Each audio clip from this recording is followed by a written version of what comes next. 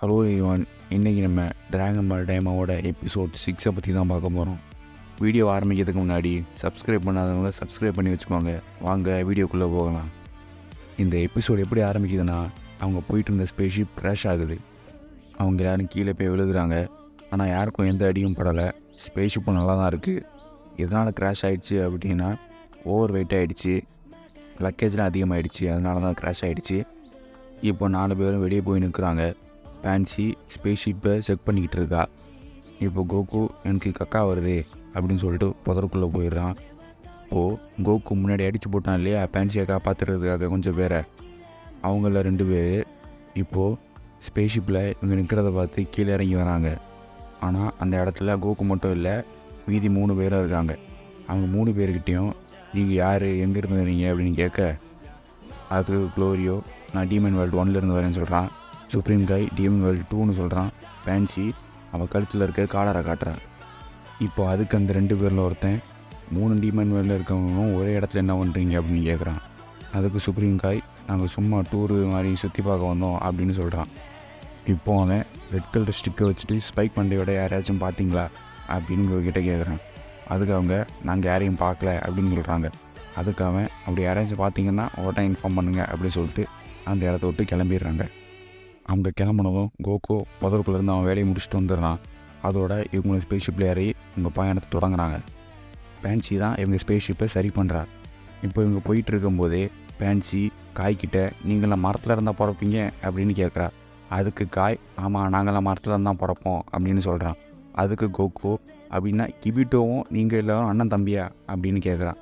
அதுக்கு இல்லை, மொத்தம் 5 மரம் இருக்குது, அதுலேருந்து தான் நாங்கள் பிறப்போம் அப்படின்னு சொல்கிறான். ஆனால் நான் பிறந்ததுக்கப்புறம் தான் அதே மரத்துலேருந்து டிகேஸும் பிறந்தான், எனக்கு ஒரு அக்காவும் உண்டு அப்படின்னு சொல்கிறான். அவள் பேர் அரீன்ஸு.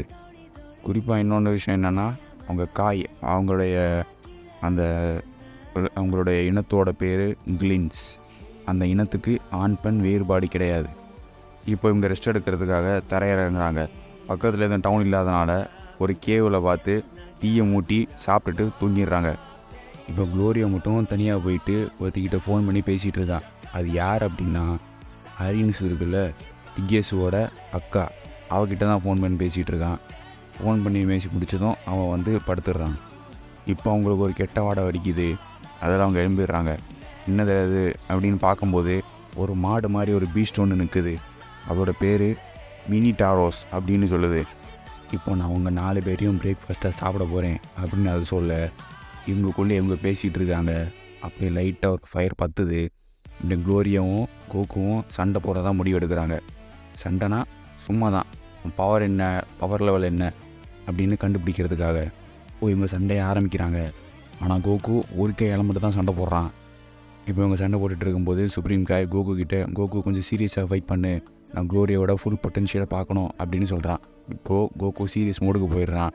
அவன் கையில் வச்சுருந்த ஸ்டிக்கால் ஒரு அடி அடிக்கிறான். க்ளோரியா பறந்து போய் ராக்கில் இடித்து படுத்துடுறான். ஆனால் க்ளோரியோ இன்னும் டிஃபீட் ஆகலை.